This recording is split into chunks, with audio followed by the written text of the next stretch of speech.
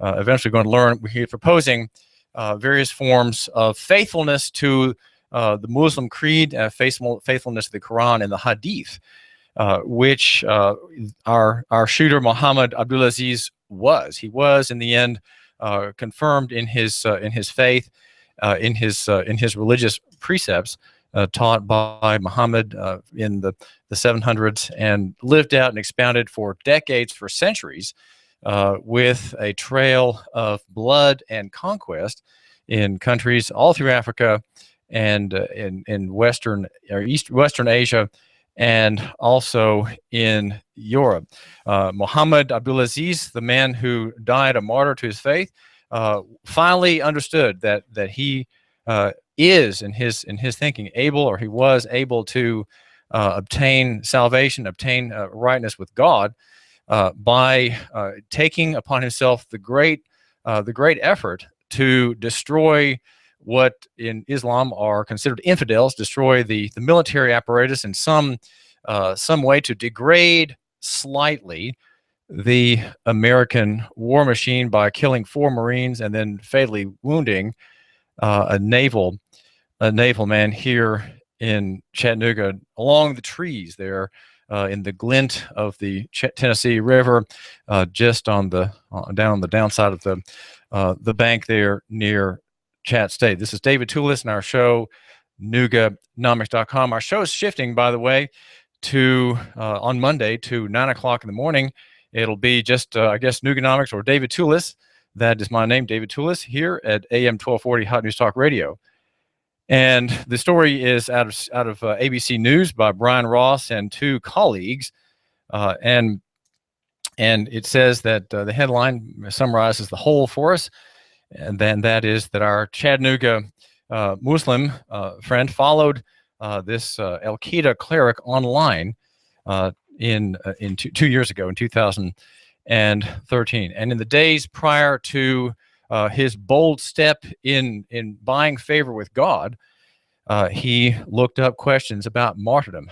What is a martyr? How do you become a martyr? Now, that is not, I would say, suicidal. The ABC story says that at the time, diary notes kept by Abdullazeez revealed that he wrote about having suicidal thoughts and, quote, becoming a martyr. And that was after he had lost a job due to drug use of a prescription and non-prescription drugs.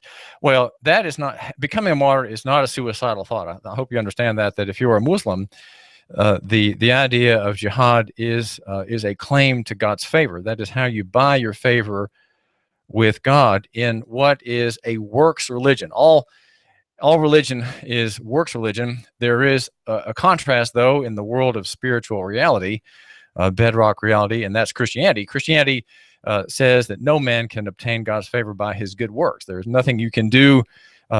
There's no one you can be. There's no race you have to be. No charity that you can accomplish. No mercy that you can grant that buys you favor with God. God saves his people, and God chooses his people by his own mysterious reason. And that, of course, is the doctrine of election. God chooses his people. He saves whom he will, and he lets those whom he cares not about to go along their own way as sinners, probably many of them very good sinners, very expert sinners.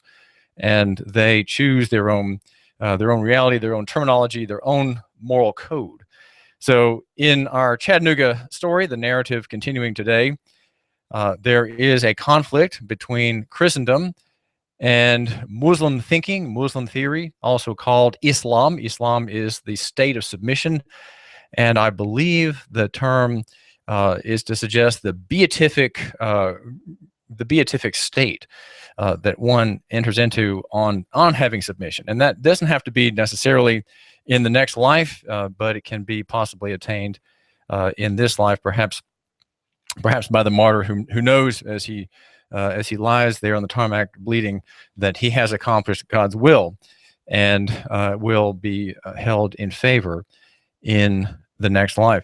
And the teacher of some of these very aggressive and very militant and very faithful arguments, his name is Anwar al-Awlaki, who was killed, we are learning, a couple of years ago, or maybe last year, by a military attack by the Americans. And here we have this whole world of works religion, and I frame our story in this context, because I think in the media here in Chattanooga, the question of the spiritual reality that underlies the military attack is overlooked, even though, and I think that the federal government, the federal prosecutor, and others are intentionally playing blind to the religious themes that are part of this very shocking story that began Thursday. Well, for us here in the public, it began Thursday with the shootout at the Naval Reserve Service Center on Amnicola Highway, preceded 15 minutes before by a shoot 'em up at the recruiting center on Lee Highway and Highway 153, where there is a plethora of American flags, all kinds of memorials, very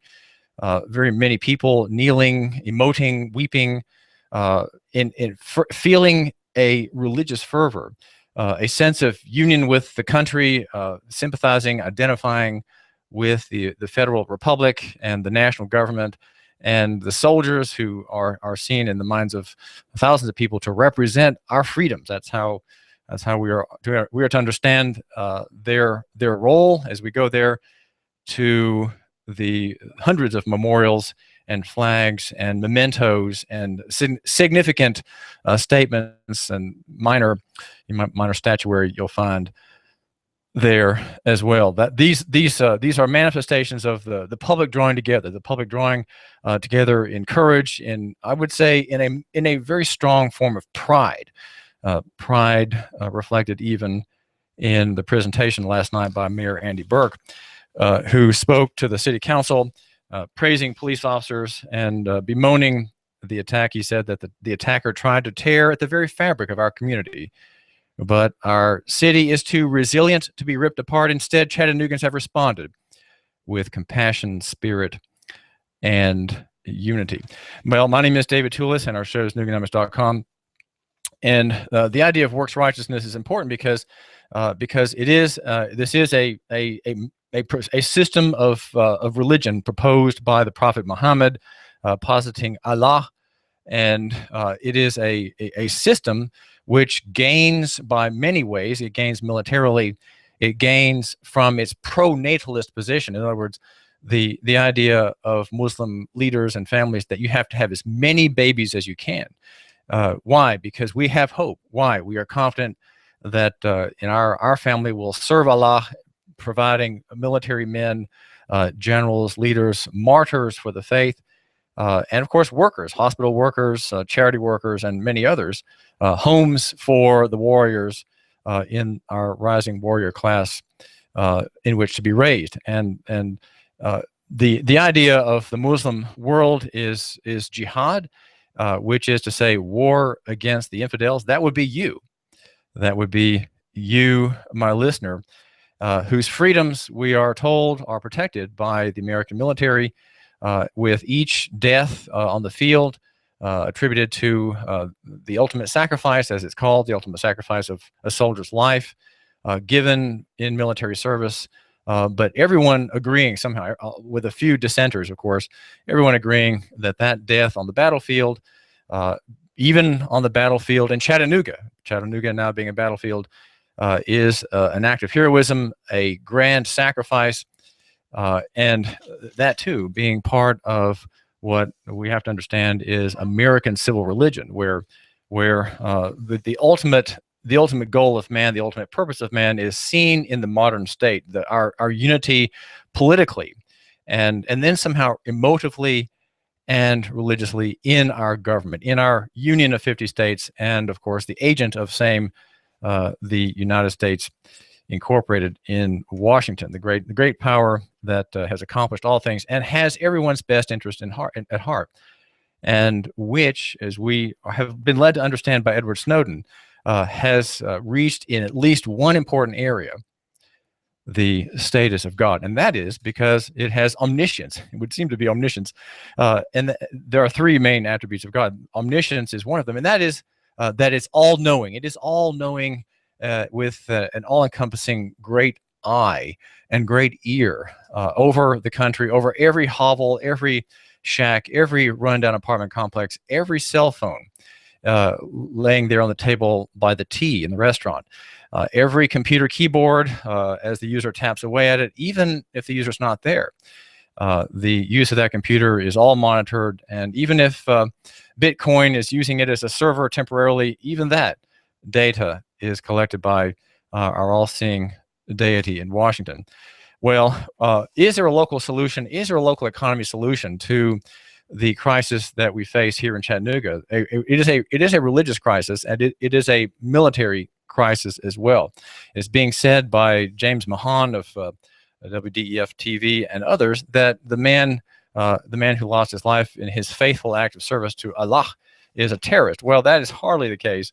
Mohammed Abdullazeez is not a terrorist. He was not a terrorist. He was a non-state actor attacking a military target, soft as it was, of the enemy of his people, the enemy of his religion, and that is the United States. And the United States, improperly conceived as a Christian nation, but properly conceived perhaps as an imperium, right? An imperial power projecting itself in many Arab countries, even against Persia until lately with the treaty with Iran. America was the enemy of Iran, the enemy of Persians, who are, of course, distinct from Arabs. And only now there's a bit of relief for Persians from the oppressions of the American hegemony in finance and trade around the world. There is being given relief by the treaty with Iran, much to the favor of the future. I would say that that's probably a very good thing, that we can have trade and open relations again, because that's what, Christianity relies on trade. Christianity relies on production, all of which allow for the spread of ideas, all of which allow for the spread of dissent. Yes, that's right, dissent, right?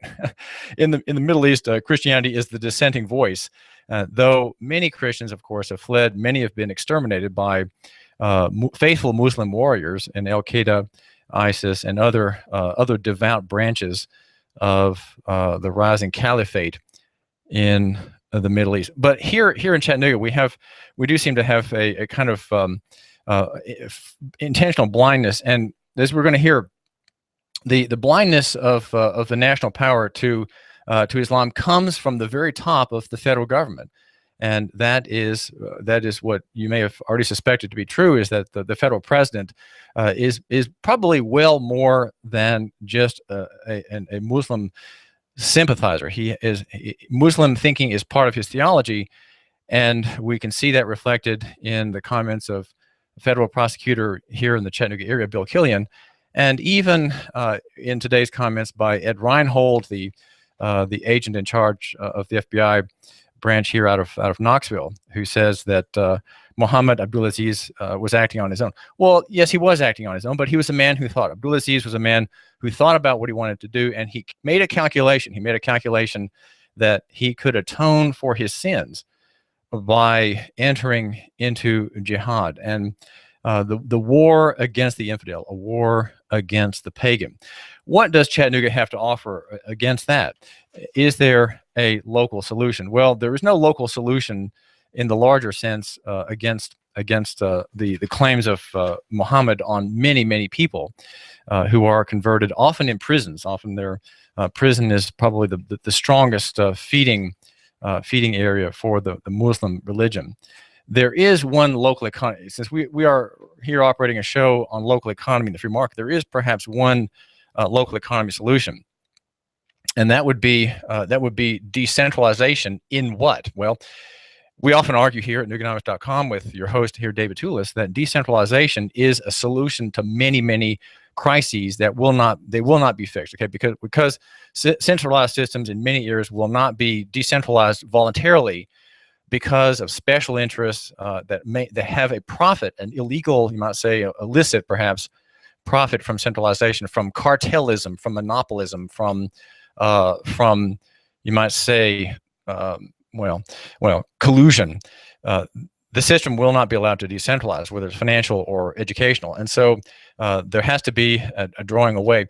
In the area of policing, the local economy solution to the Muslim threat, especially the lone wolf threat, is let every man be armed. If every man be armed, then while there may be a shot fired or maybe a whole clip fired by an attacker against a police station, against a mall, against a Christian school, against even a public school during the lunch hour, with the gunman shooting in at the window, even in situations like that, where those are acts of terror. Okay, there's a difference between an attack on a military target and an attack on let's say, a Christian school here in Chattanooga. What the difference is that one is terror when innocents are destroyed to create a sense of fear. The other is a military attack. Okay, rather a paramilitary attack. If every man be armed, then what you've done is you've decentralized the policing function. You've decentralized public safety so that every man is responsible in some measure for public safety. Wherever he is, there's public safety, okay? And that is a local economy solution. And gun shop owners, rifle sales shops, pistol sales shops, such as Sportsman's Supply here in Hickson, are seeing remarkable increase in requests for weapons. I was in talking with Carl Poston yesterday, and a man came in demanding to know about a particular 1911 45 caliber pistol, and I think from Colt, which has gone into bankruptcy.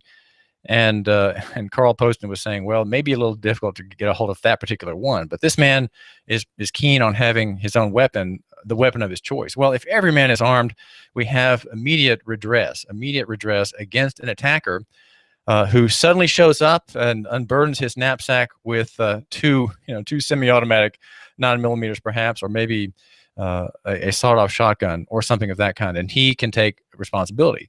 And it is always a providential thing when that happens, the attack and the man who is there to stop him. The local economy solution is just that.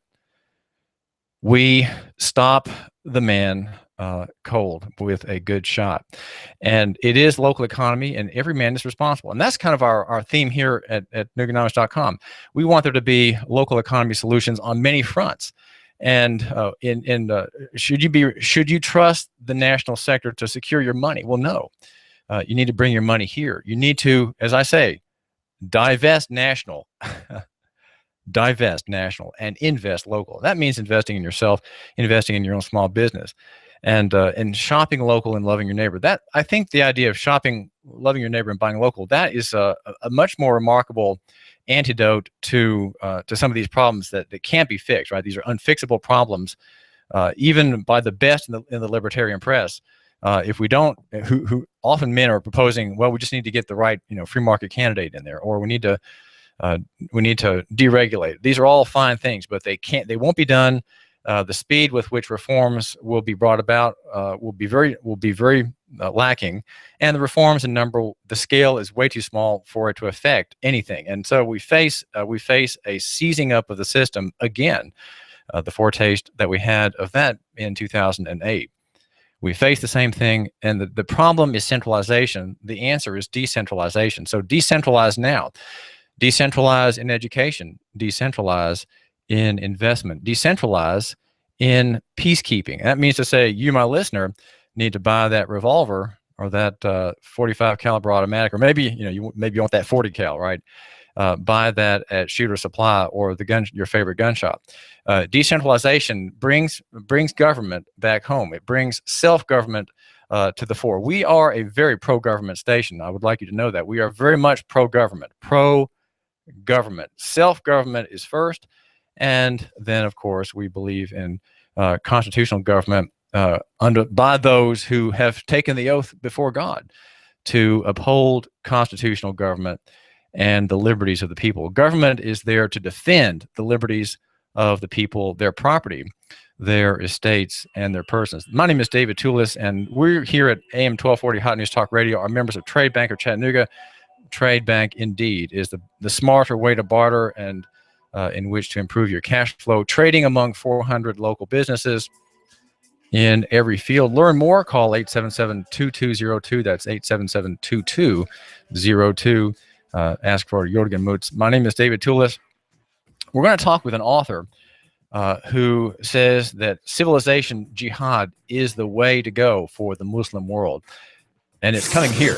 You give us 12 minutes and 40 seconds, we'll give you Chattanooga and the world. News Talk 1240. Right now, you can save half off at hotnewstalkradio.com. Go to hotnewstalkradio.com and click half off for exceptional deals on new and pre-owned unique quality items. For Hamilton County residents only. Save half off at Jet's Pizza, golf clubs, coffee, tea, a real sword, jewelry, and much more. It's half off. Go to half off at hotnewstalkradio.com right now, then click on half off to save big. Be sure to join us live Wednesday, Thursdays, and Fridays at 11 a.m. as we bring you lots of fantastic deals right here, AM 1240 Hot News Talk Radio. hotnewstalkradio.com and half off. Surf our site and ride the wave of savings. We've got a table here at Delia's in Saudi Daisy, ready to delight in a plate of authentic Mexican food. Delia spreads a rich selection, loaded nachos, crazy chicken, homemade tamales, maybe the enchiladas with beef, chicken, pork, quesadillas, every dish beautifully pictured on the menu to help us decide. Join us for lunch or dinner. We're at Delia's in Saudi Daisy on Dayton Pike near the Thrasher Light. Here's dinner. Delia's uses the freshest ingredients, cooked to perfection. Nachos, homemade. Delia's open every day except the Lord's Day. For lunch and dinner, treat yourself to Delia's genuine Mexican food. In Saudi, call 521-7145. That's 521-7145. You give us 12 minutes and 40 seconds, we'll give you Chattanooga and the world. News Talk 1240. Here comes Dale Earnhardt Jr. He's got third. He's going for second. Earnhardt going for the lead. The NASCAR Sprint Cup Series is on the Motor Racing Network. Coverage continues Sunday here at Live on the Motor Racing Network, the voice of NASCAR. Check it out live on Chattanooga's official NASCAR radio station. Hot News Talk 1240. When my brother and I opened the first Jet's Pizza, we believed if we made the best pizza, customers would find us. So we made fresh dough each day, used fresh toppings, and premium mozzarella cheese. 300 plus stores later, we still do. Try Jet's famous 8-corner pizza with premium mozzarella cheese and one topping, now just $11.99 for a limited time only. Jet's Pizza, the best pizza in town. 3600 Hickson Pike. Life is short. Eat better pizza. Let's get Jets. Do you feel better outside your home or business than in? Indoor air quality is important. Mildew, mold, smoke, water, and rodent damage are prime causes of poor indoor air quality.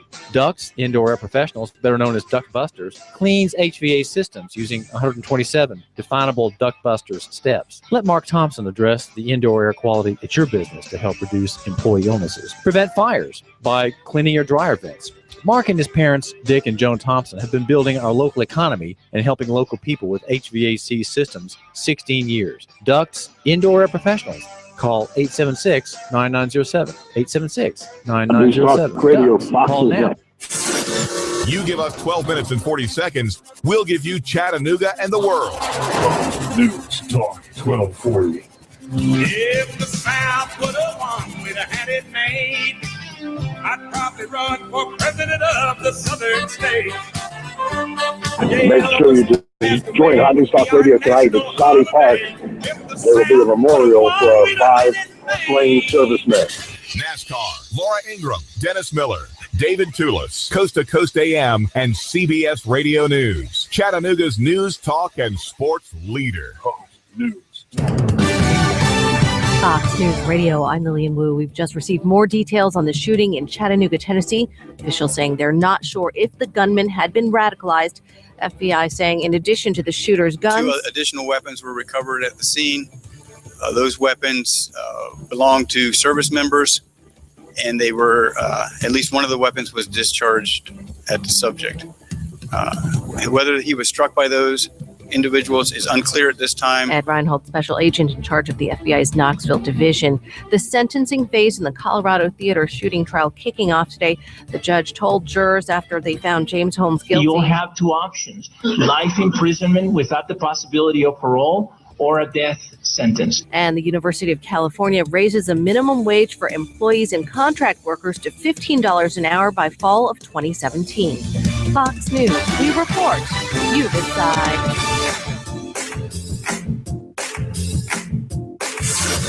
You give us 12 minutes and 40 seconds, we'll give you Chattanooga and the world. News Talk 1240. Live from Chattanooga, Tennessee, it's Nuganomics with David Toulis.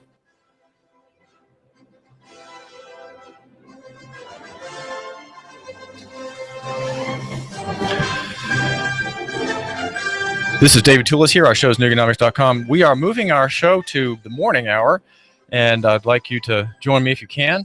I know radio is a utility. People listen when they are able. And if you are able, my listener, to join me at 9 o'clock on Monday, I would be grateful for your giving me a few minutes of your time. We are here at AM 1240, Hot News Talk Radio, and we stream live on Ustream and also on your smartphone if you have one. You just type in Hot News Talk Radio on the app. There's an app that you get. It's called the TuneIn Radio app. It's free, and on that you can hear our interviews, hear what Paul Sutliff, an author with whom I have going to have a conversation on the phone, hear what he has to say. Also online at hotnewstalkradio.com. That's a very innocent website, not very fancy, but it flashes up our signal, if you will, the moment you click open the website.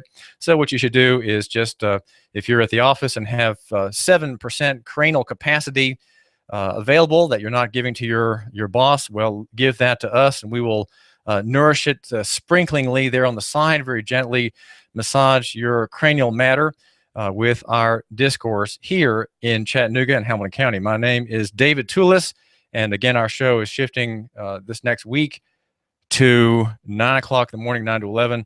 I do thank you for giving me a few minutes of your time today, and I invite you to shift with me to the earlier part of the day.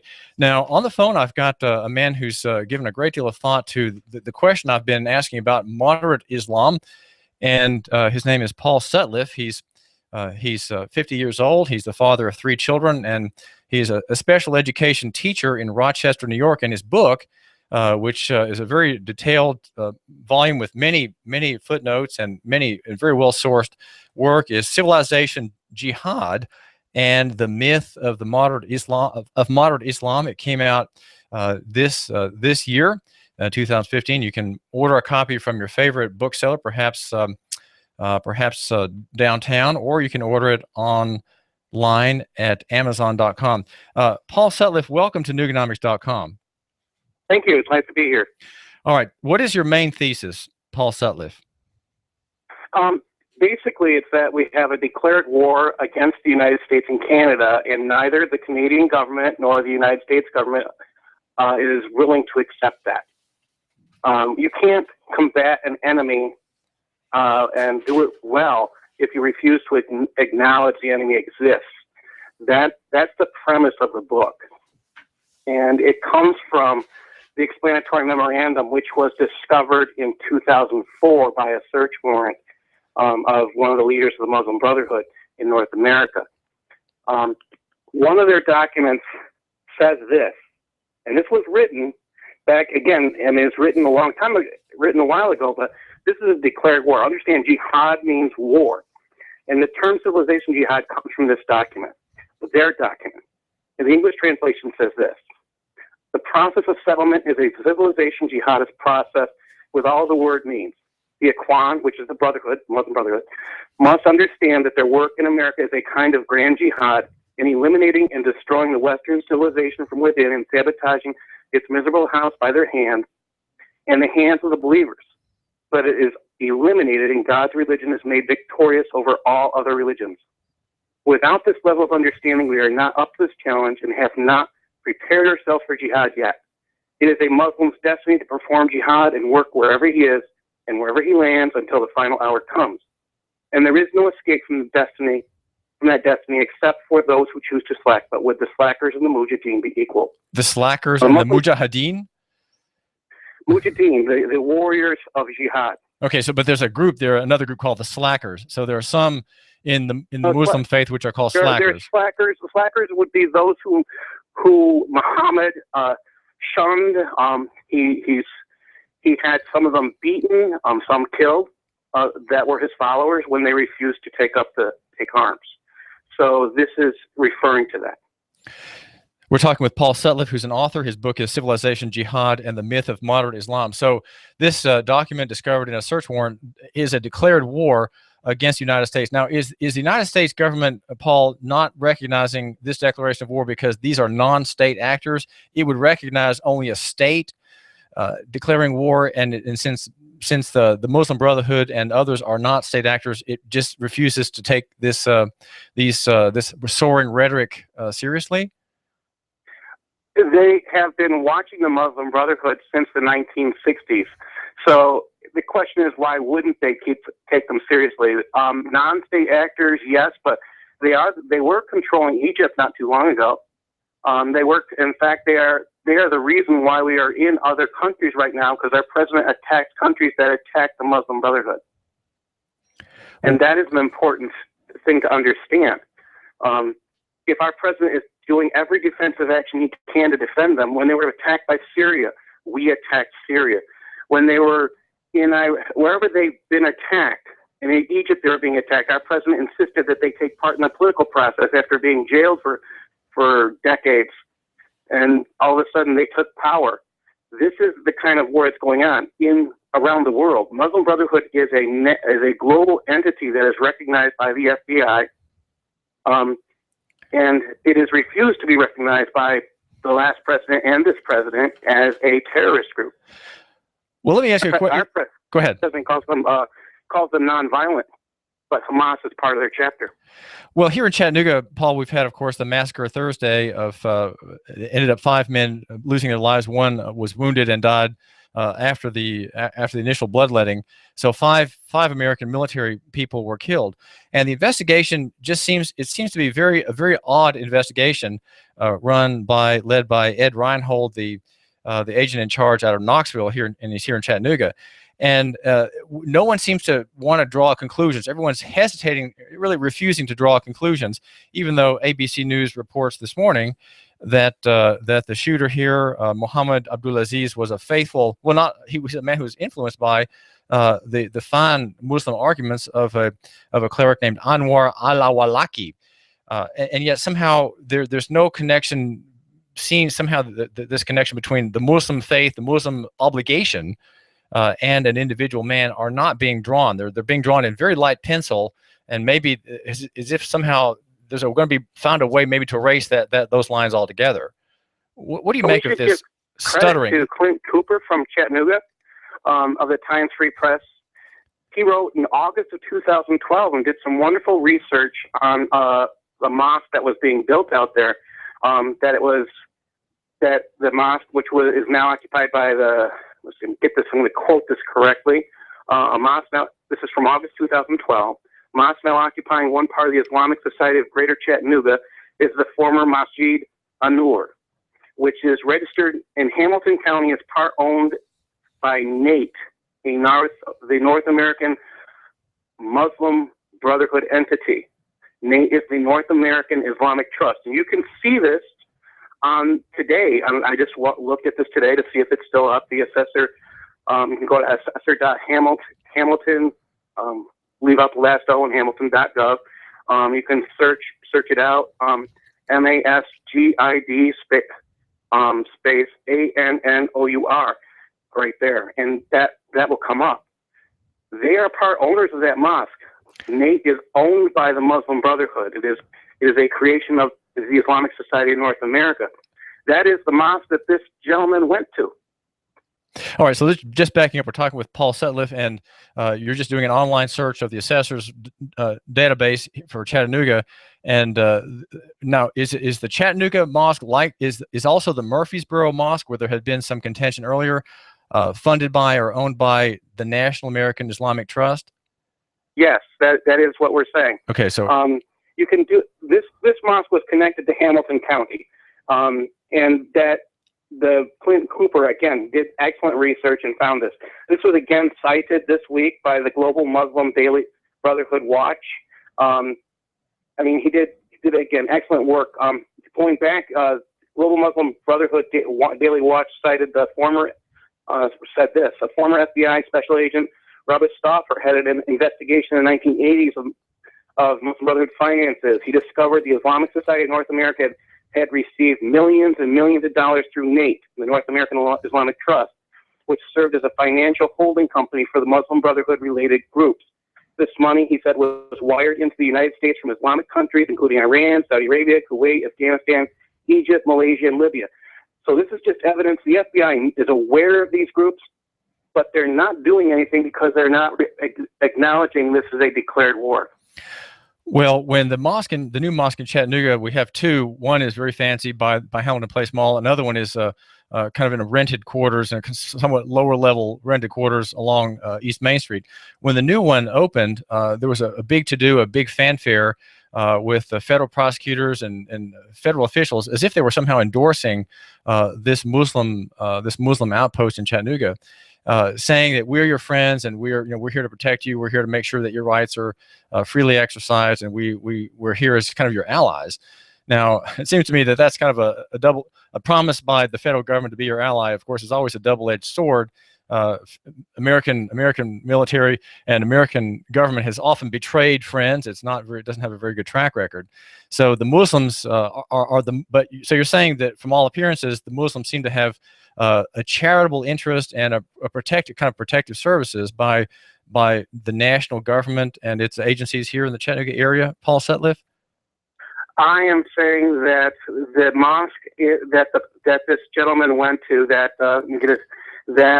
Mohammed Abdullazeez went to, was part owned by the Muslim Brotherhood, the ones that have declared war against the United States and Canada. Now, except if we don't examine that as a major component of his desire for jihad, we have a problem because we're ignoring factual information. This man is also stated to have had a Jordanian been from Jordan. The truth is that he's from Palestine. He went to Jordan to come to the United States. That is how he got here.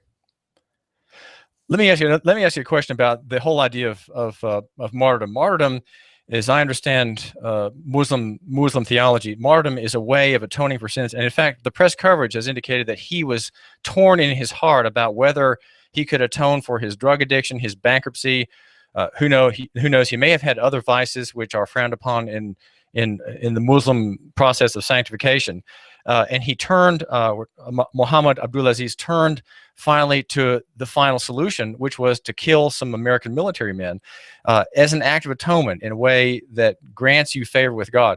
So Mohammedanism is a works religion. How does that work? Does every Muslim face that prospect of looking at his life, thinking that he has more negatives than pluses, and that he needs to do something now before it's too late to atone for his sins and enter into jihad, maybe just on a personal level? Looking at Muslims here in the United States, I would say a good 75 to 80% of them do not know what Islam is really about. They do not read Arabic. They do not read the Quran. They take what they're told, and that's it. That's an interesting component considering they consider themselves Muslim. And understand, to be Muslim, you are most often born Muslim. There's very few Muslim converts that you're hearing about. That they're very, very far and few between. But why do some consider them? Why do those become violent versus those who don't? You have to look at, there's three different sides of things. In the United States, you have choices. You have liberties that are considered offensive under Islam. First of all, you can choose which religion you want. That's a freedom you have. It's a freedom under Islam that is illegal. Under Sharia, it is illegal. And I say under Islam, any Islamic country you decide to leave Islam, you can be executed. All right, that's how simple it is. They follow Sharia, which is another word for Islamic law. If you follow those things, they're just going to take that freedom away from you. So they don't consider our freedoms legal freedoms. They don't consider liberty here in the United States legal. And then they come here and then they want Sharia. There's a study just done that revealed 50% of the Muslims here want Sharia, 51%. Believe Muslims in America should have the choice of being governed by Sharia. And 29% of them said that they should be allowed to engage in violence to get that. So that was just done by the Center for Security Policy. The push for jihad comes, and this guy's saying he could probably get atonement. Again, if this is a works related governmental form for salvation, you have to. I don't consider it as much a religion as I consider it a form of government, because they do not consider themselves a religion alone. They consider themselves an entire way of life with their rules and govern everything they do, even the kind of bath they take and when to take a bath. It's that strict. Now, is this guy following jihad rules? Yes, he had to follow one of three things. One, he had to have a jihad in the heart, which means he has to be against all non-Muslims in his heart. In countries where there isn't a large enough amount of Muslims to take an active role, you take part of one of three things. And we know it's from the 1915 fatwa, which was created for the genocide of every non-Muslim and led to the genocide of the Armenians. In 1915. So we have the heart jihad, we have word jihad where they speak out publicly, they write publicly, and then we have active jihad where they actually take part in murders, actions, violent actions. In order to get his free ticket to heaven, yes, he had to take part in a form of jihad. There is no concept of forgiveness in Islam outside of that. So you're saying if you're my listener's neighbor, let's say is a practicing Muslim, that man who's let's say he has an engineering degree, he works in a small engineering business here in Chattanooga, and his wife and his children go to the temple to worship. That man has no certainty of salvation. He has no security of his salvation. So he tries always to follow the rules of worship, the dietary rules. He will fast during Ramadan's daytime hours and celebrate in the evening. He'll try to go to Mecca at least once in his life, and other things like that. He will do those things, but he never knows for sure that God loves him, right? He never knows for sure that God loves him. He doesn't know, even though he's following all the rules, right? He just doesn't know. He can't have that assurance, and I mean he can be a good Muslim following all the rules and regulations that they have. However, the guarantee of getting to heaven or getting a reward is only given through jihad, and that is a sad, sorry truth. So what you're saying? There is no promise outside of that. So what Paul Sutcliffe is saying, he's the author of Civilization, Jihad, and the Myth of Modern Islam.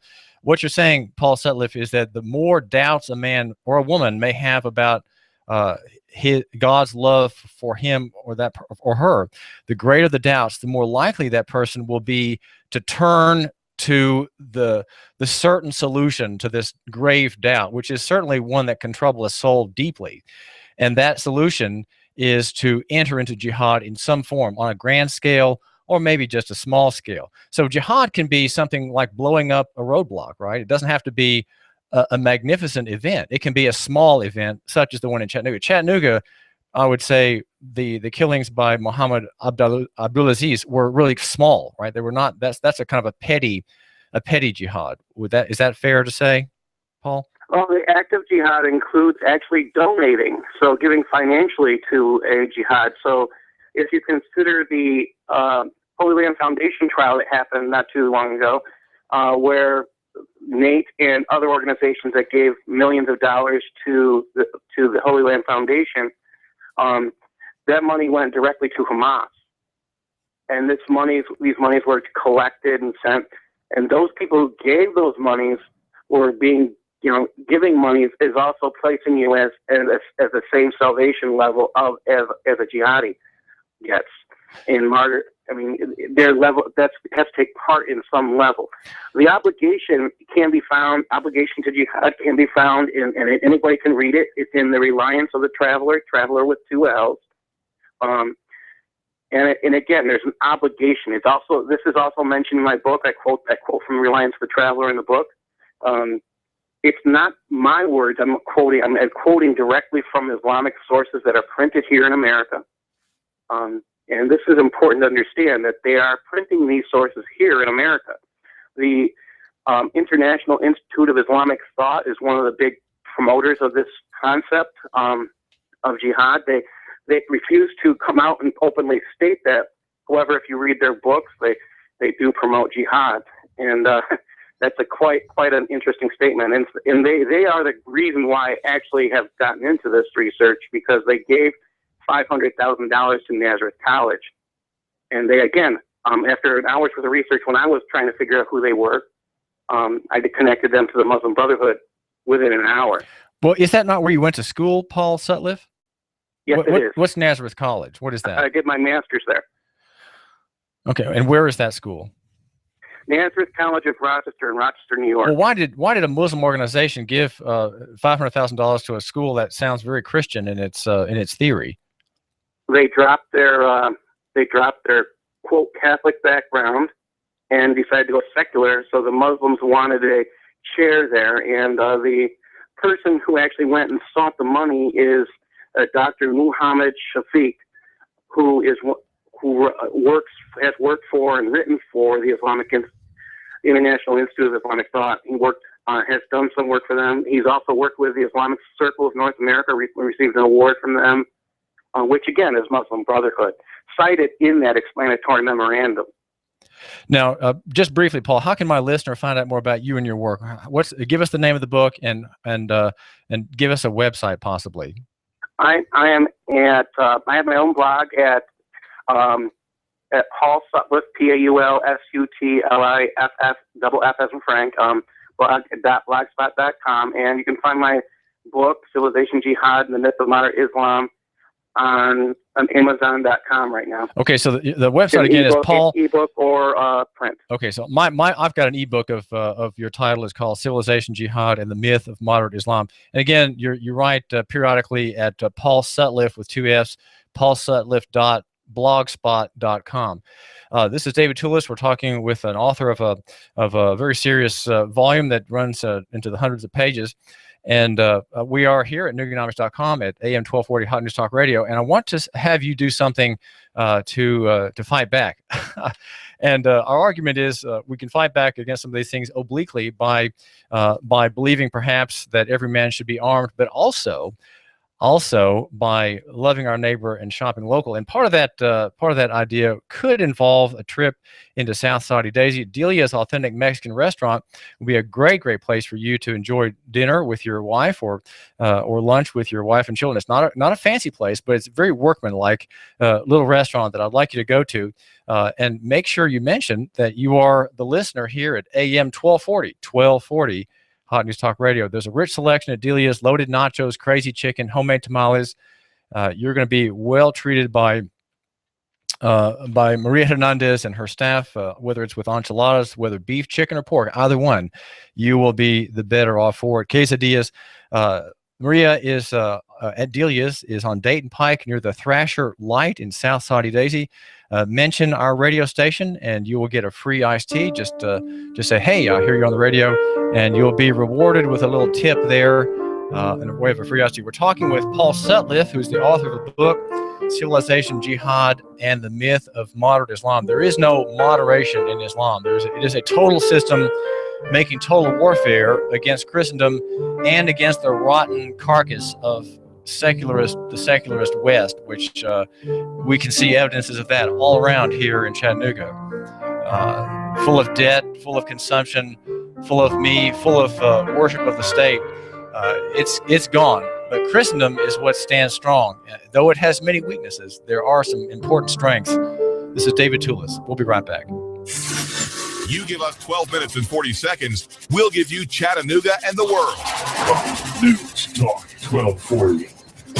If you have the DTs, shit, because your phone is on the fritz, you have nomophobia, you need help. Your telecom doctor is in. Cell Surgeon at Northgate Mall. Cell Surgeon yanks open the ribcage of your phone, pries out the dead heart, and puts in the beating life that you lead on your cell phone. Broken screen, phone not charging, water damage, battery given out? Cell Surgeon in Northgate Mall next to Old Chicago Pizza. Check us out on Facebook. Open Sunday. Cell Surgeon. We bring your phone back to life. Mention Hot News Talk Radio and get 10% off. Are you tired of working in corporate America, or have you recently lost your job and would like to consider owning your own business? If you are, please call me, as I can help you look at franchises or business opportunities that fit you, the economy that we're in, and the type of businesses that are right in the greater Chattanooga area. After I help my clients find the right opportunity, I also help them find the best way to finance the business, including paying yourself through the startup phase. If you would like to learn more about opportunities that may be right for you, please call me for a free assessment. My name is Bruce Krebs at the Entrepreneur Source. Phone number is 423-875-5621.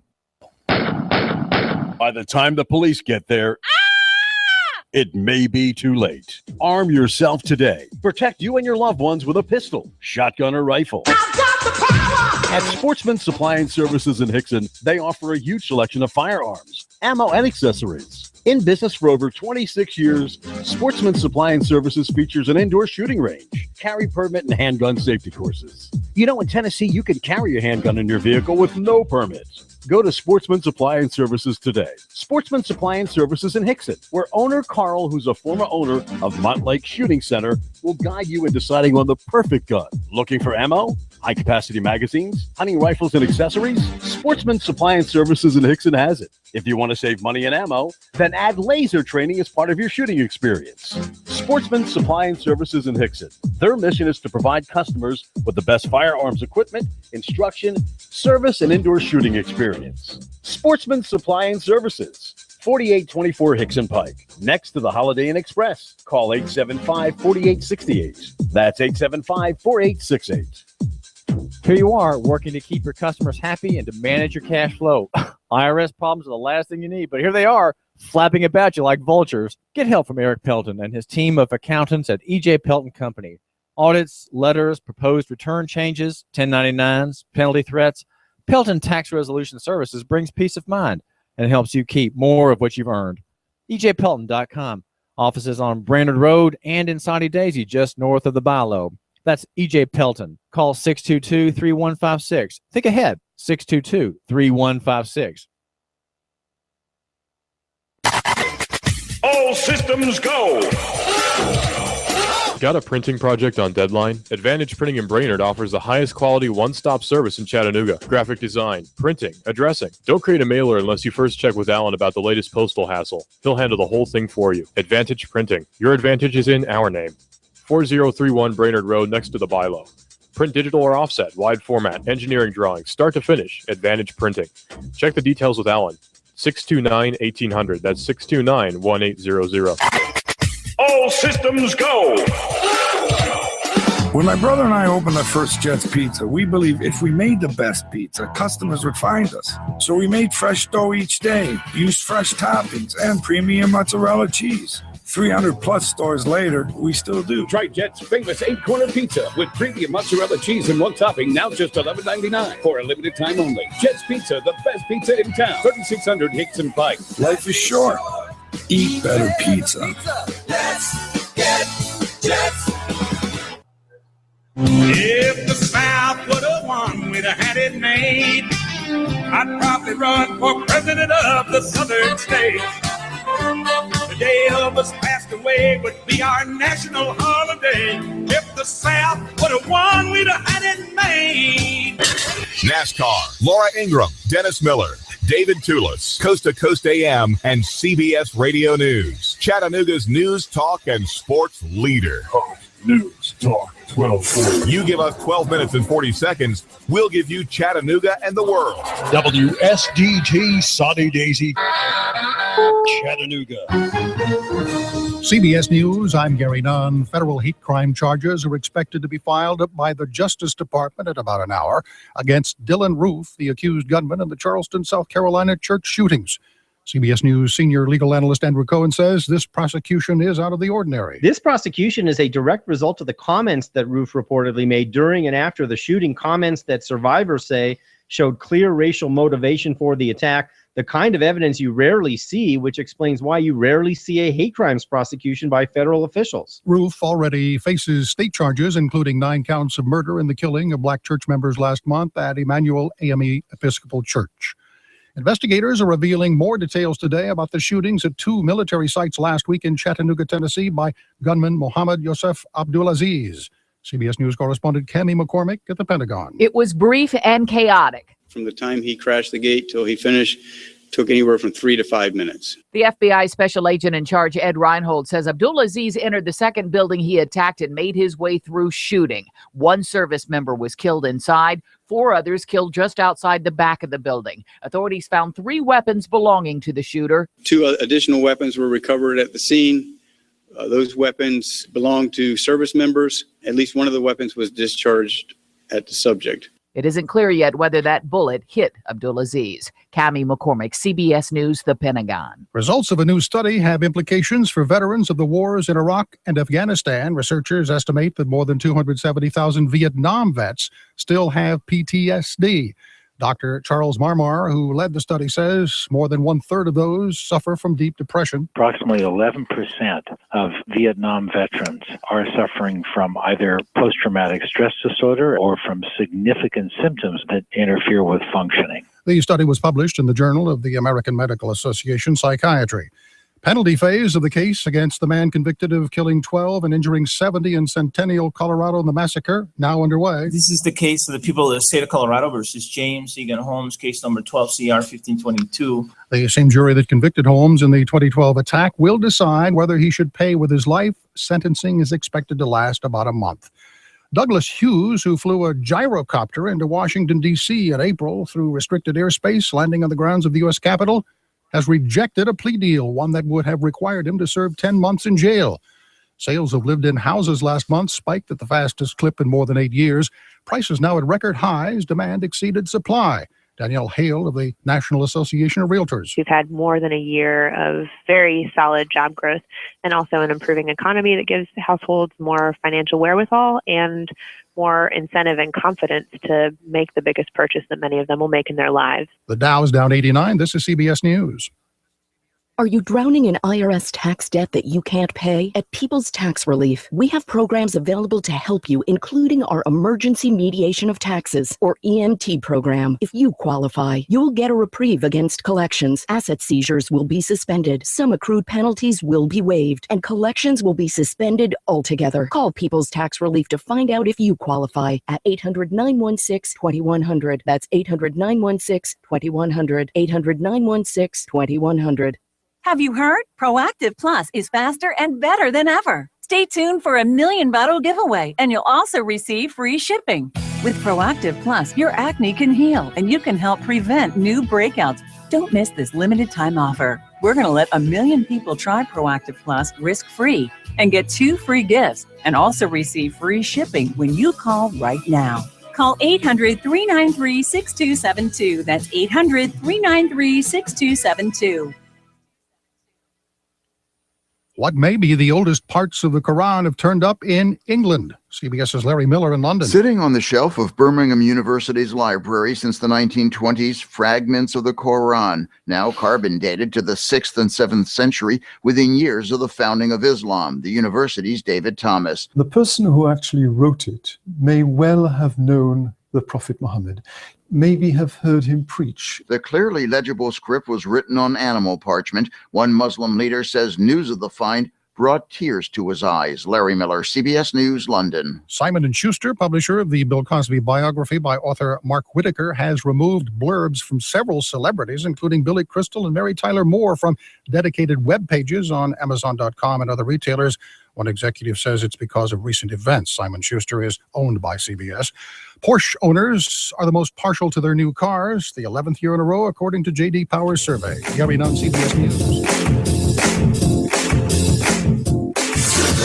You give us 12 minutes and 40 seconds, we'll give you Chattanooga and the world. News Talk 1240. Live from Chattanooga, Tennessee, it's Nooganomics with David Toulis.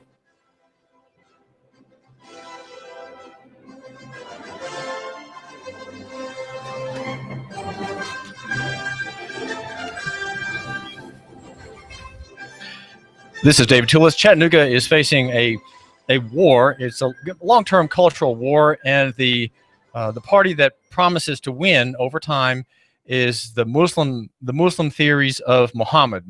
It's also called Mohammedanism, and the popular word for it is Islam. Islam means submission, and I think the word Islam suggests the delight, the trance-like joy of being in total submission to Islam at every point of your life, your military life, your economic life, your religious life, your sexual life, your family life, your moral life, all of which are brought into submission.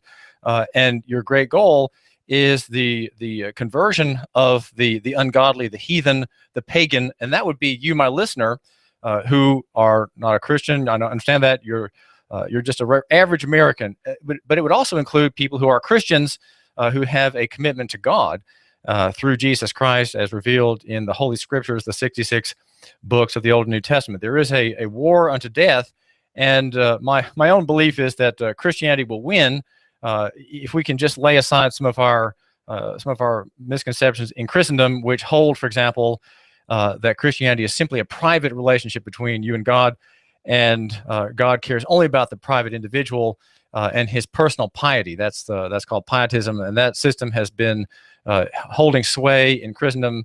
It demolished the missionary enterprises of the Reformation. They grew out of the Reformation and got their start in the late 1700s.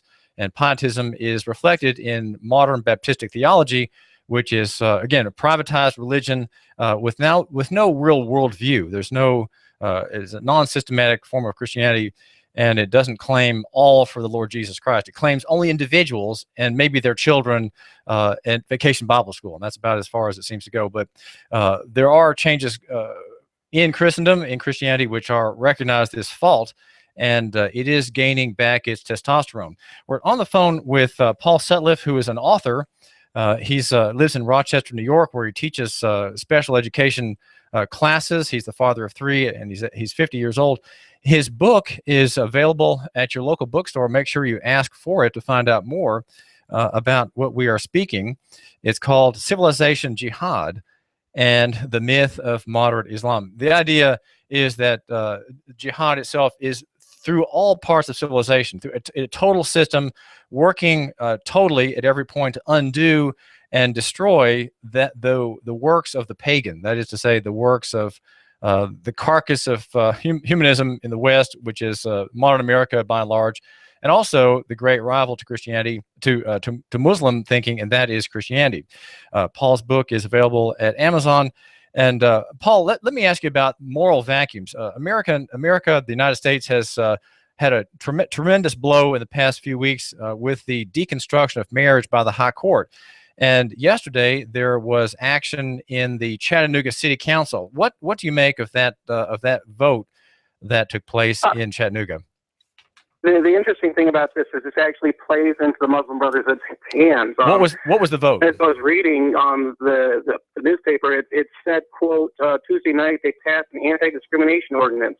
The anti-discrimination ordinance basically says if you're male, you can use the female bathroom. If you're female, you can use the male bathroom. It's very interesting that City Councilman Larry Groen and Ken Smith were the only intelligent people to vote against this. And they saw this as your DNA says you're male, and your DNA says you're female, either that or female. It's your DNA, not how you've had your body reconfigured, that she chooses if you're male or female. So we have a pro-gay ordinance, then. In other words, we have a pro-gay, sort of morally neutral ordinance. I'm sorry.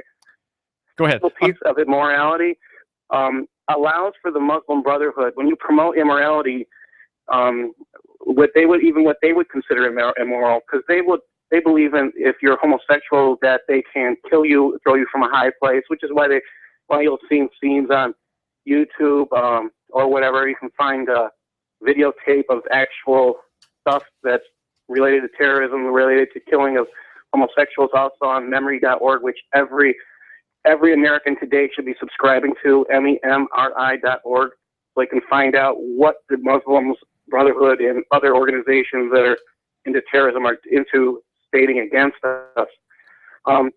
When you're if you promote immorality in the United States, like your city council did, This plays into the Muslim Brotherhood's hands because they believe they can fill that vacuum, and that was the correct term you used. They believe that they can come in, speak against this, and get more people to follow them, and that is it's playing right into the jihadi hand, is the best way to put it. You couldn't have orchestrated a better event to please the Muslim Brotherhood right after this act of jihad. Because the Muslims are the virtuous ones, right? They ordinarily sodomy is a capital offense, except of course if you're in jihad. So ordinary people would say, well, the Muslims really are very virtuous. They represent our conservative moral values here in Hamilton County, Tennessee. Well, they can say that, and there's another thing that we need to get people to understand there in Chattanooga is there's an important concept of lying that is permitted under Islam. There's 5 different words that have to do with lying, lying for defending Islam, defending Mohammedism. One of the most popular words is called taqiyya, lying to protect the faith. And there's different reasons. There's murna. They will lie to you to protect their faith. And so if you ask them, this is a fun thing I like to ask them. Do you want Sharia? And most Muslims say yes, they want Sharia. I've only met one out of the hundreds of Muslims I've talked to that said no, and he was serious.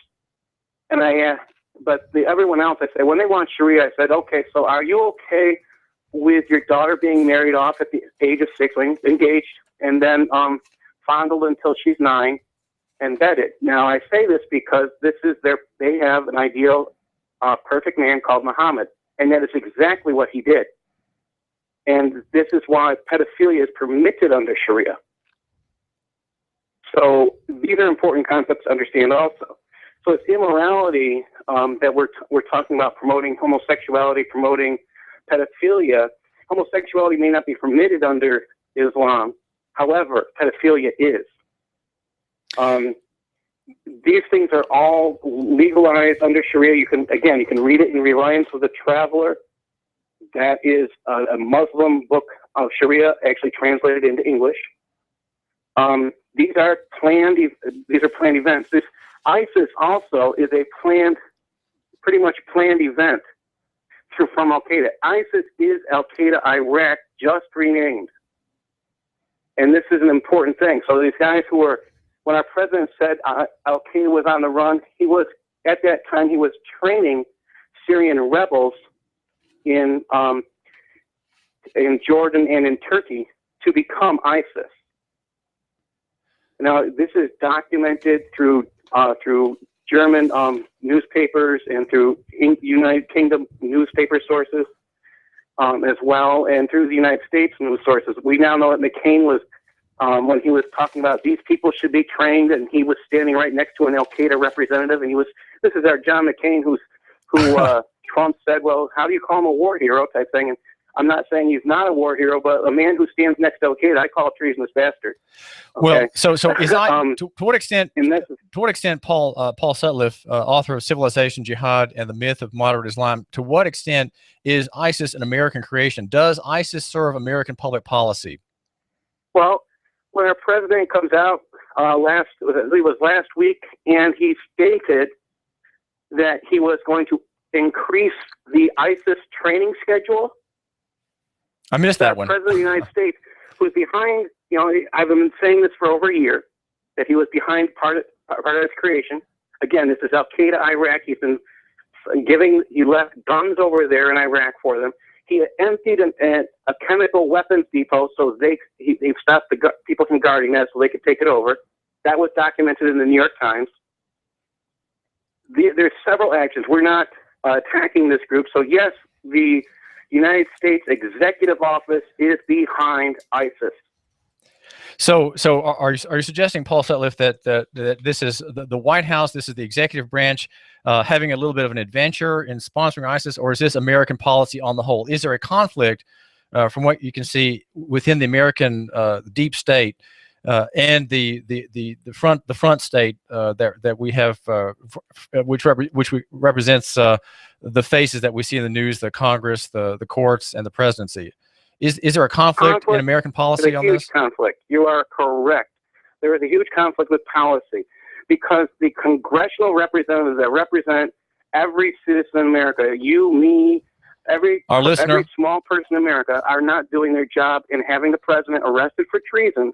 When he comes out publicly and states he is increasing the training schedule for the Islamic State of Syria and al-Sham.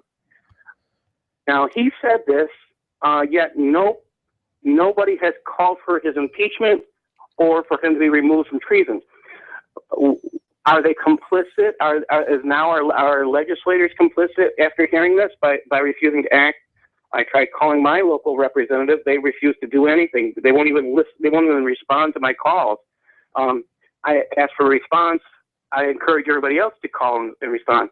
If you want to see a reason for jihadis to increase here in the United States, it's the chief executive who is openly visiting with members of the Muslim Brotherhood. After the United States was informed, the Muslim Brotherhood was involved in the attack on Benghazi.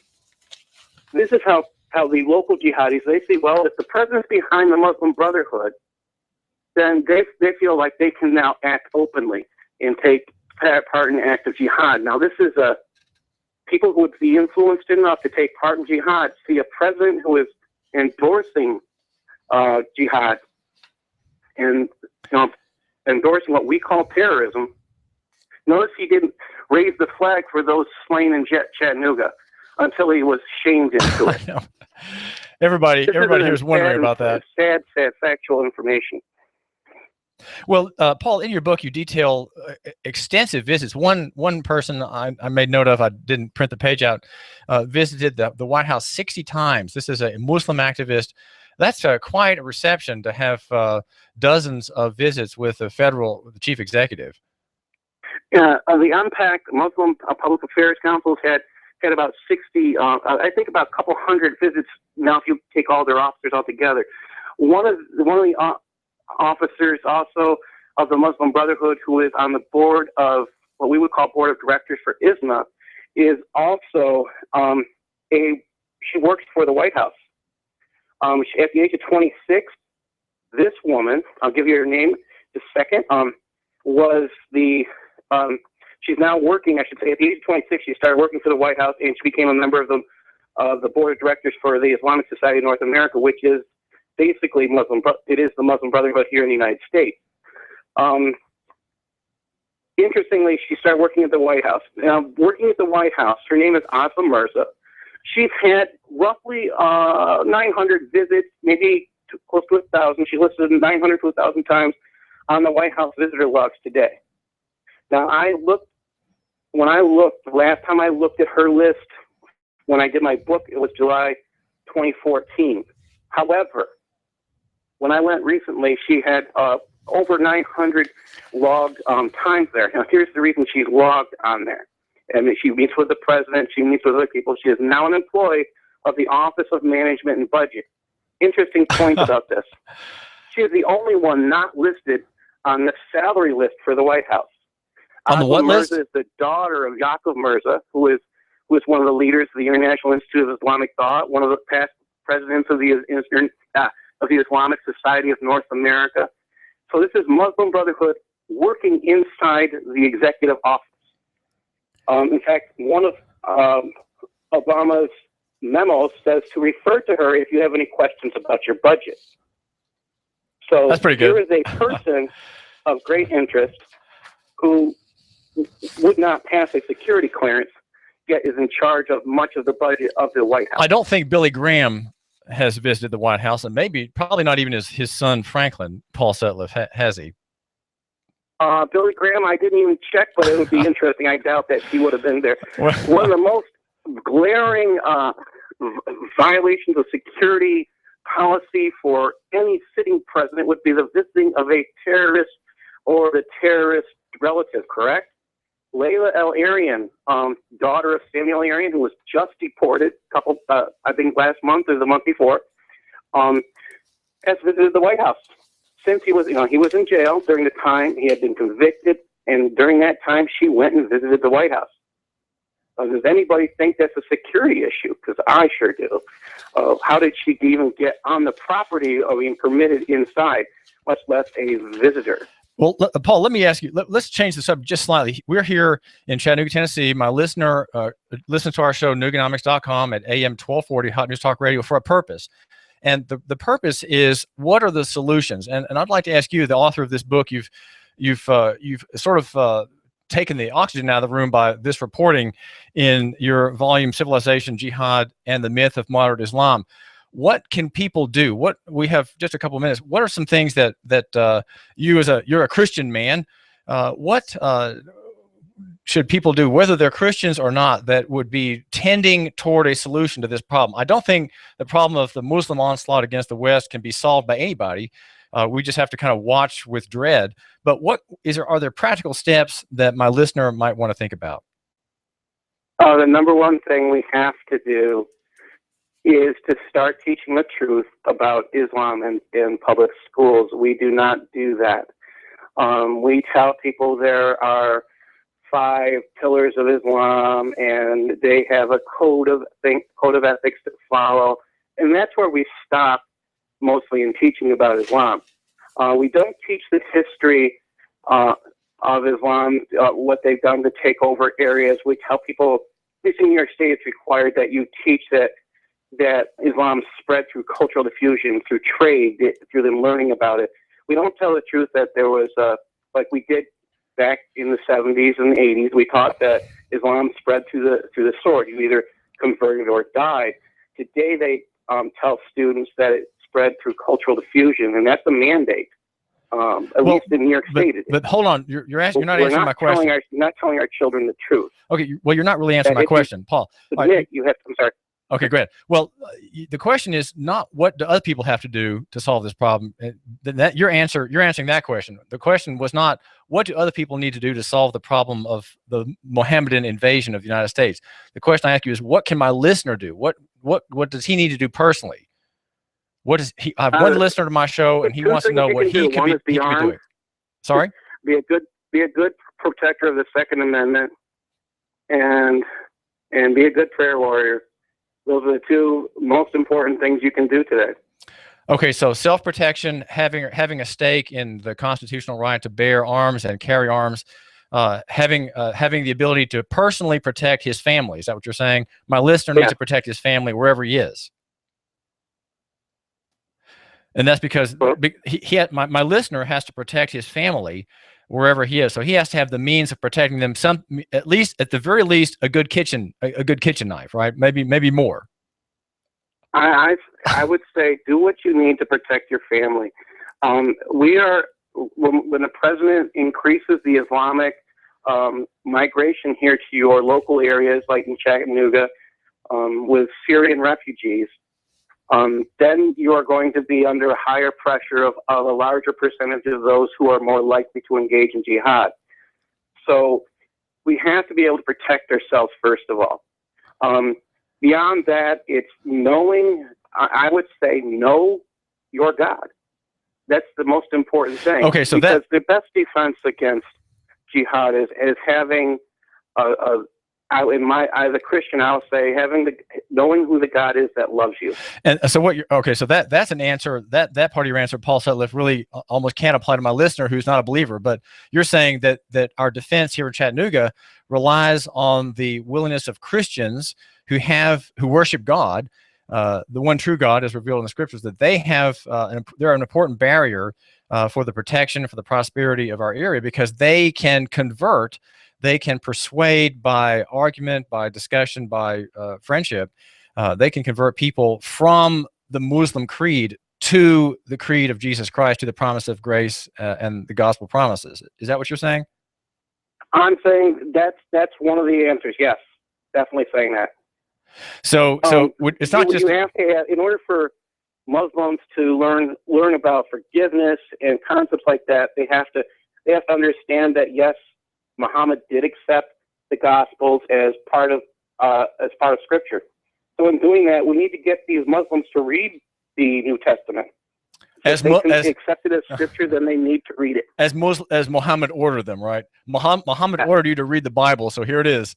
Let's start with the book of John. Yes, exactly. Well, Paul Sutcliffe would have them read. Yes, sir. Right, exactly. Paul Sutliff, tell my listener again, right quick, how he can find you online, and tell us the title of your book. I'm at paulsutliff.blogspot.com. You can also find me at Twitter at Independent. If you look me up on Twitter, I'm on there. And I'm pretty much available to anybody who's interested in connecting with me. Okay. In various formats. Thanks so much for joining my listener and me here on Hot News Talk Radio, Paul Sutliff. God bless. Paul Sutliff is the author. Paul Sutliff is the author of Civilization, Jihad, and the Myth of Moderate Islam. This is David Toulis. I've got some things I want you to hear. Hang on. You give us 12 minutes and 40 seconds, we'll give you Chattanooga and the world. News Talk 1240. Right now, you can save half off at hotnewstalkradio.com. Go to hotnewstalkradio.com and click half off for exceptional deals on new and pre-owned unique quality items. For Hamilton County residents only. Save half off at Jet's Pizza, golf clubs, coffee, tea, a real sword, jewelry, and much more. It's half off. Go to half off at hotnewstalkradio.com right now, then click on half off to save big. Be sure to join us live Wednesday, Thursdays, and Fridays at 11 a.m. as we bring you lots of fantastic deals right here, AM 1240 Hot News Talk Radio. hotnewstalkradio.com and half off. Surf our site and ride the wave of savings. We've got a table here at Delia's in Saudi Daisy, ready to delight in a plate of authentic Mexican food. Delia's spreads a rich selection, loaded nachos, crazy chicken, homemade tamales, maybe the enchiladas with beef, chicken, pork, quesadillas, every dish beautifully pictured on the menu to help us decide. Join us for lunch or dinner. We're at Delia's in Saudi Daisy on Dayton Pike near the Thrasher Light. Here's dinner. Delia's uses the freshest ingredients, cooked to perfection. Nachos, homemade. Delia's open every day except the Lord's Day. For lunch and dinner, treat yourself to Delia's genuine Mexican food. In Saudi, call 521-7145. That's 521-7145. You give us 12 minutes and 40 seconds, we'll give you Chattanooga and the world. News Talk 1240. Here comes Dale Earnhardt Jr. He's got third. He's going for second. Earnhardt going for the lead. The NASCAR Sprint Cup Series is on the Motor Racing Network. Coverage continues Sunday here at Live on the Motor Racing Network, the voice of NASCAR. Check it out live on Chattanooga's official NASCAR radio station. Hot News Talk 1240. When my brother and I opened our first Jet's Pizza, we believed if we made the best pizza, customers would find us. So we made fresh dough each day, used fresh toppings, and premium mozzarella cheese. 300-plus stores later, we still do. Try Jet's famous 8-corner pizza with premium mozzarella cheese and one topping, now just $11.99 for a limited time only. Jet's Pizza, the best pizza in town. 3600 Hickson Pike. Life is short. Eat better pizza. Let's get Jets. Do you feel better outside your home or business than in? Indoor air quality is important. Mildew, mold, smoke, water, and rodent damage are prime causes of poor indoor air quality. Ducts, Indoor Air Professionals, better known as Duct Busters, cleans HVAC systems using 127 definable Duct Busters steps. Let Mark Thompson address the indoor air quality at your business to help reduce employee illnesses. Prevent fires by cleaning your dryer vents. Mark and his parents, Dick and Joan Thompson, have been building our local economy and helping local people with HVAC systems 16 years. Ducts, Indoor Air Professionals. Call 876-9907. 876-9907. Ducks. Call now. You give us 12 minutes and 40 seconds, we'll give you Chattanooga and the world. News Talk 1240. If the South would have won, we'd have had it made. I'd probably run for president of the southern states. The day Elvis passed away would be our national holiday. If the South would have won, we'd have had it made. NASCAR, Laura Ingraham, Dennis Miller, David Toulis, Coast to Coast AM, and CBS Radio News. Chattanooga's news, talk, and sports leader. Hot News Talk 1240.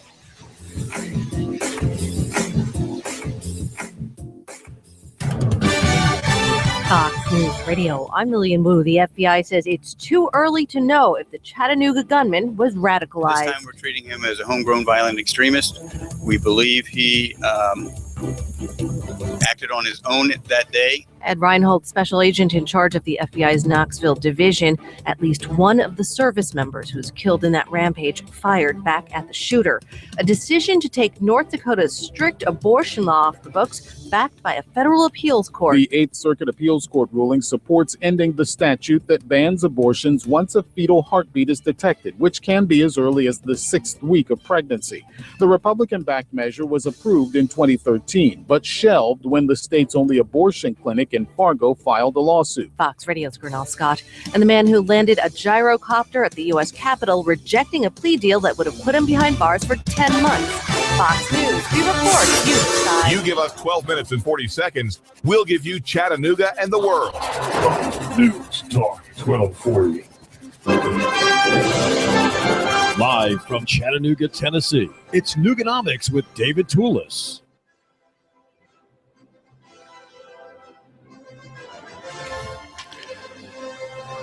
At every turn, the good people are making the argument implicit in advertising, in policy, in news reporting, that far is better than near, that big, that grand is better than small, that complex always beats the simple, that corporate is always important and good and true and right, and that personal is weak, flimsy, unreliable, that abstract is better than physical.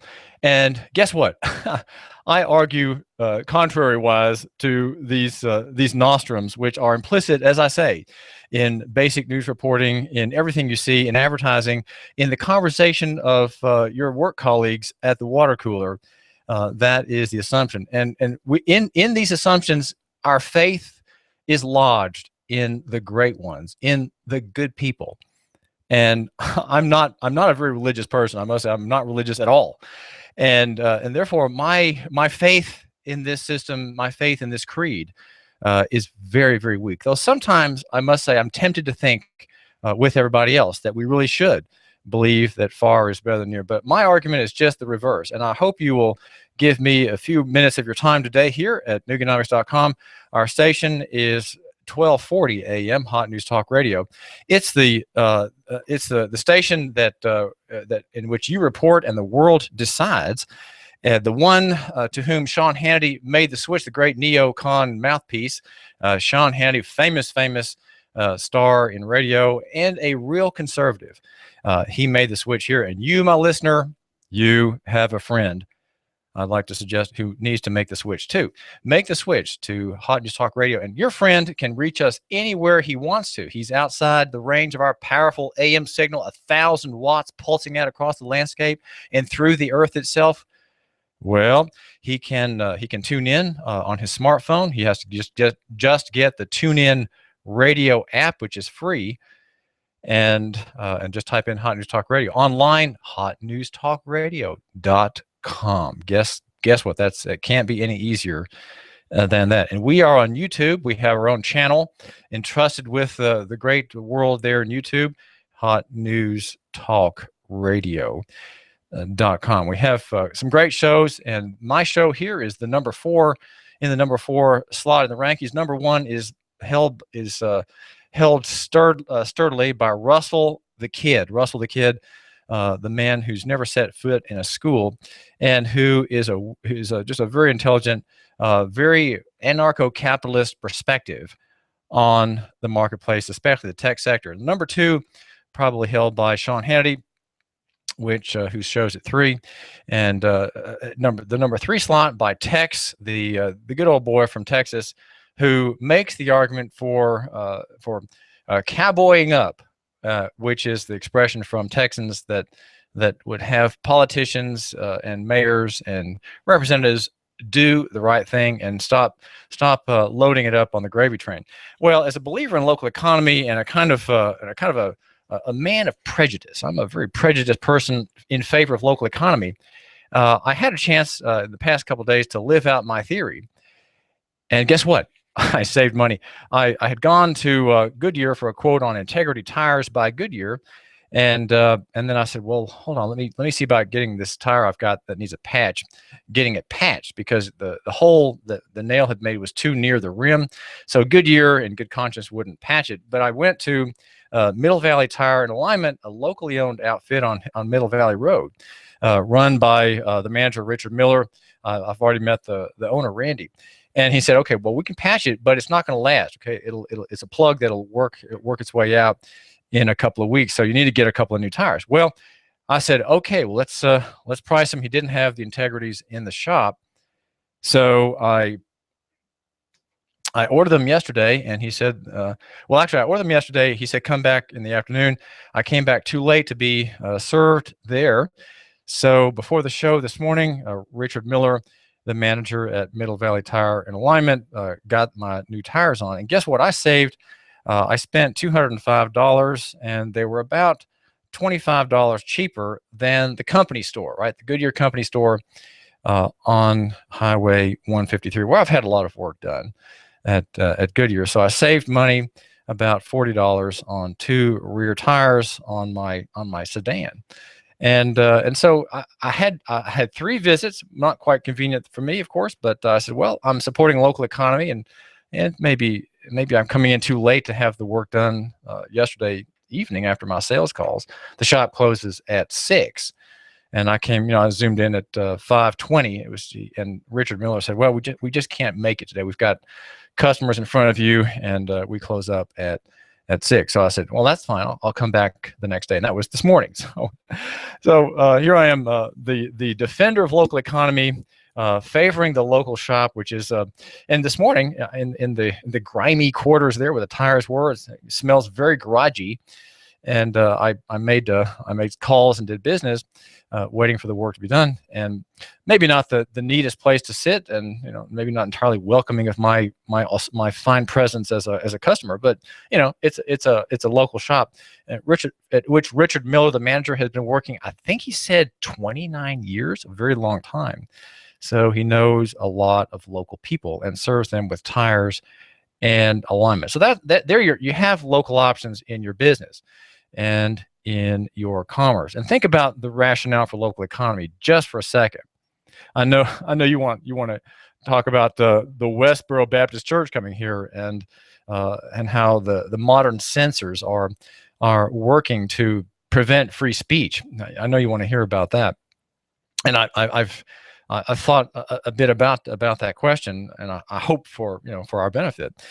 But local economy says that we face disaster. We face national disaster brought about by the federal general government, right? By our general government in Washington, which has controlled so many things, including I have no doubt has had a hand indirectly, obliquely, in the death of Sandra Bland, that dash cam video that you all have seen on Facebook.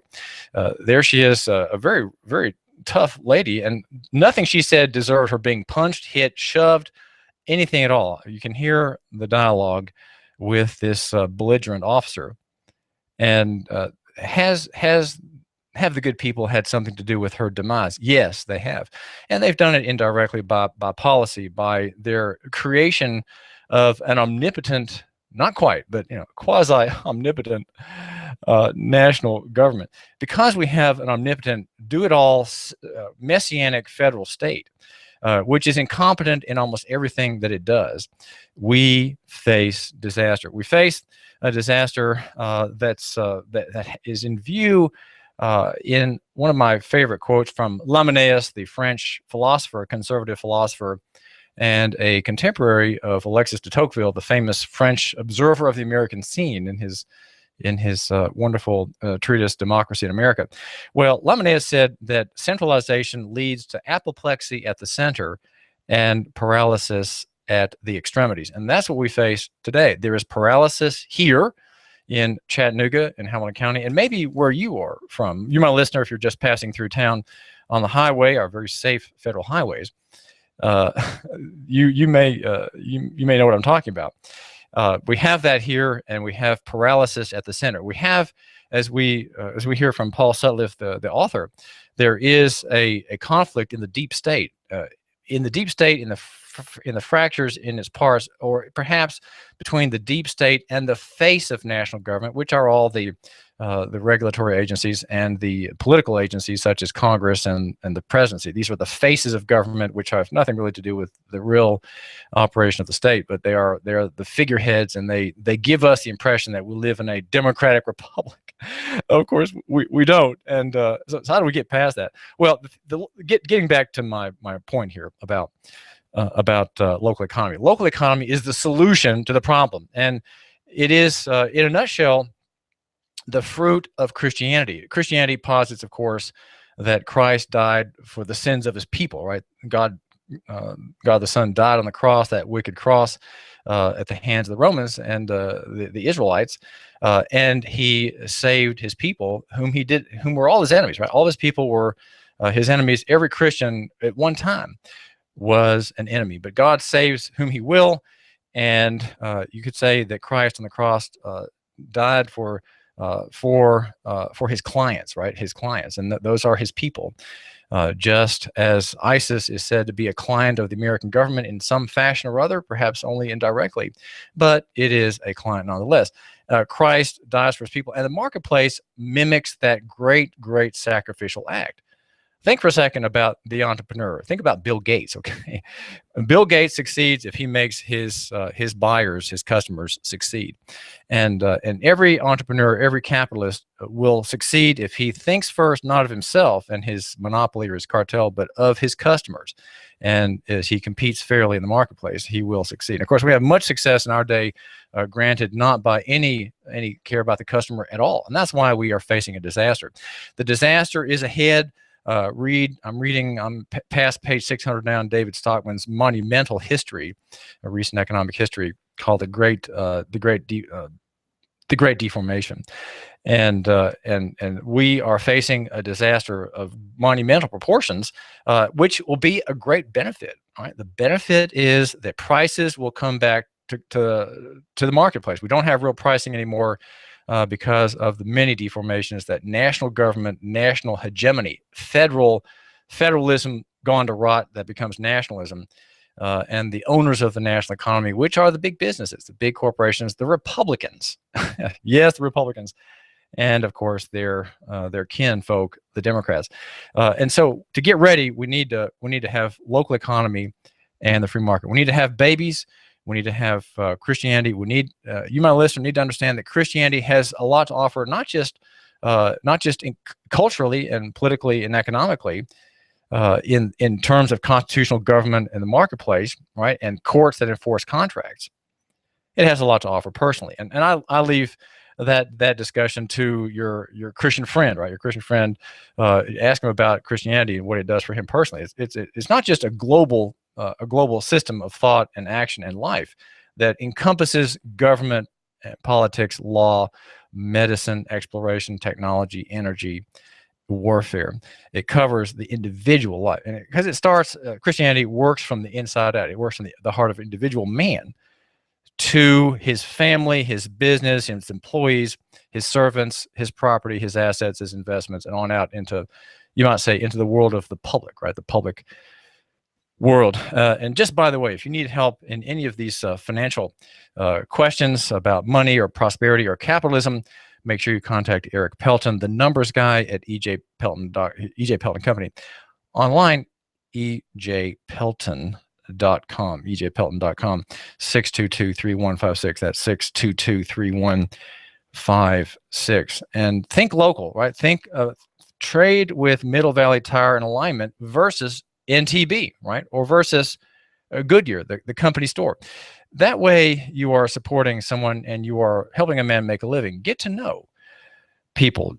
Your commerce is not just about you, okay? Therefore, it's about trading. And the word trading, as opposed to the word shopping, encompasses both sides of the transaction, you and the other person. You got to realize that when you shop from someone or buy from someone, you are supporting that person. You are supporting that person.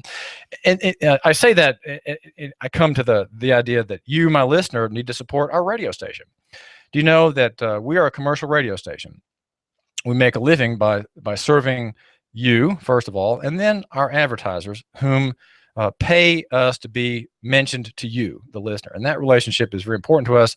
And you, the listener, if you think we are worth supporting, well, then advertise on our station. That's how all radio works. That's how TV works. That's how the newspaper works. If you like the Chattanooga Times Free Press, advertise in it, support it, right? And reach people through that medium. And I would say here on our station, reach the listener through this medium, the immediate, vivacious, energetic medium of radio, online, on YouTube, on your smartphone. You know, all the media means are at our disposal. And we, a very high-tech operation here, very, very high-tech, small but hugely high-tech. We use them all and we deliver results. And that's what I do here. I deliver results. Just want you to know that my show is moving. I'll be leaving this time slot, and on Monday we'll begin our show. I guess we'll call it the David Tulis Show. I don't really know if that I'm worth being in the name. Well, I like Nuganomics, but I'm kind of torn on that. My partner says, well, let's just call it the David Tulis Show, and it'll be Nuganomics with a difference, perhaps. And anyway, it'll be starting at 9 o'clock, 9 to 11 every weekday next week. I do thank you for giving me a couple of minutes of your time. We've got a lot to get to, and I want to talk about Westboro Baptist Church. There's a, I would say, sort of a shameful presentation by a woman named Mary Staggs. Mary Staggs before the city council, indignant that protesters may come to declaim against the federal empire and declaim, which is to say criticize, right? Criticize American soldiers and servicemen who were slain by the Muhammadan martyr, Mohammed Abdullazeez, here in Chattanooga on Thursday.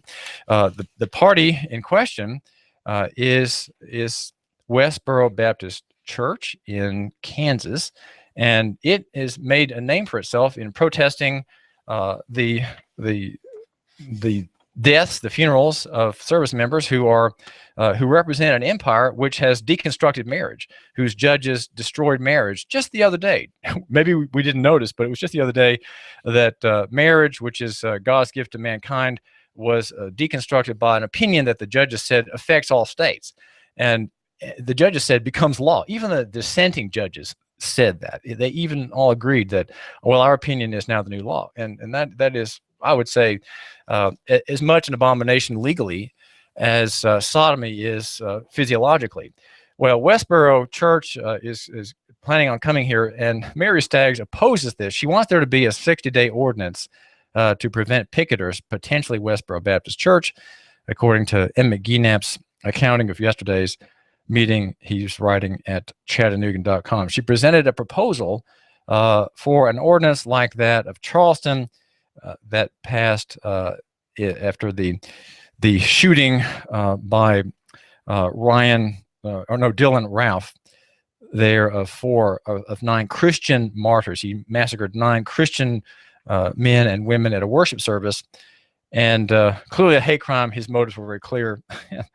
And of course, the motives of our killer here in Chattanooga are mysterious. They're wonderfully mysterious. We just can't piece it together. We just don't know what he is. And Ed Ridenhold, the agent in charge here in Chattanooga, was very bold in going this far. And here's how far he went.